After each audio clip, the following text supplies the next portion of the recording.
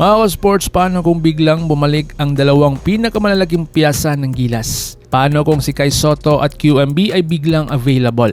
May chance bang makipagsabayan ng Gilas sa Australia at New Zealand? Kung trip mo po ang ganitong content, pa-iwan ng follow at pa-subscribe na din. Tara po, simulan na natin.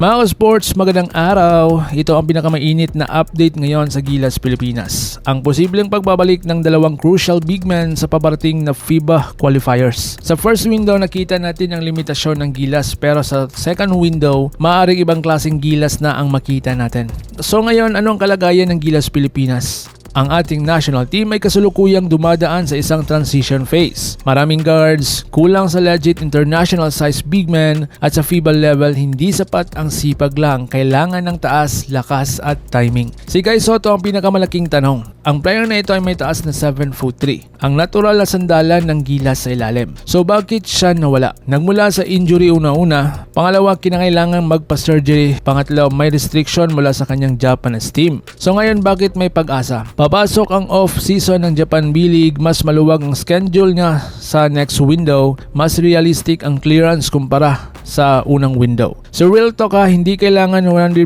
si Kai. Kahit 70 to 80% lang, game changer na po iyon. So ngayon ang bagong haligi ng frontline, si QMB. Si Quintin Miller-Brown ng isang athletic modern big man na swak sa international play. Ang problema, contractual limitation at availability issue sa non-club games. Ang posibleng solusyon, SBP negotiation, FIBA window clearance, fan pressure plus long-term planning. Kapag sabay si Kai at QMB sa loob, size plus mobility combo na matagal nang kulang sa Gilas. So ngayon mga sports, Anjami ang long-term solution. Tahimik pero napakahalagang pangalan, Anjami. Nakatira at nag-aral sa Pilipinas, paabot sa 10-year residency rule, posibleng magiging local player by 2026 to 2027.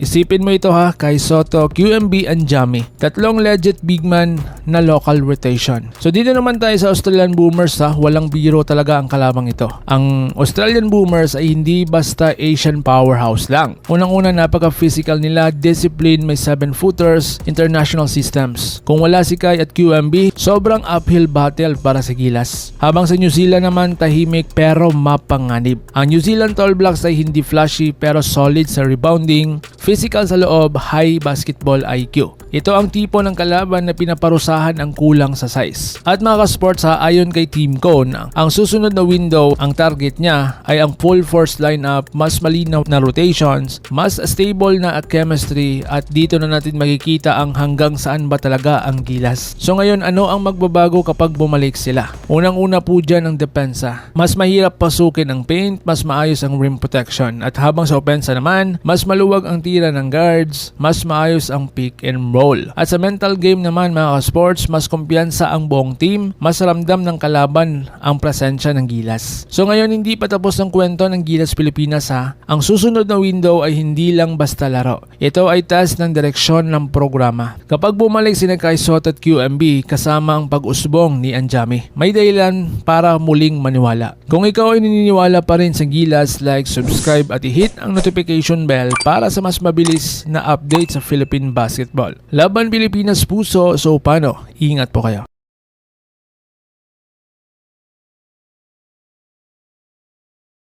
Mga ka-sports, kung hilig ninyong bumili ng mga Gilas jersey, Gilas accessories at mga gamit na pang basketball, habang nanunood po kayo sa aking mga videos, kindly check this basket on this lower part ng ating video at magpa-pop up yung ating mga items sa gilid. Mga legit po yung mga items dyan, and see to it po na makabili po kayo ahead of time kasi meron po yung mga discounts and mga promos depende po sa seller. And also, kunting suporta din as a content creator po. Salamat!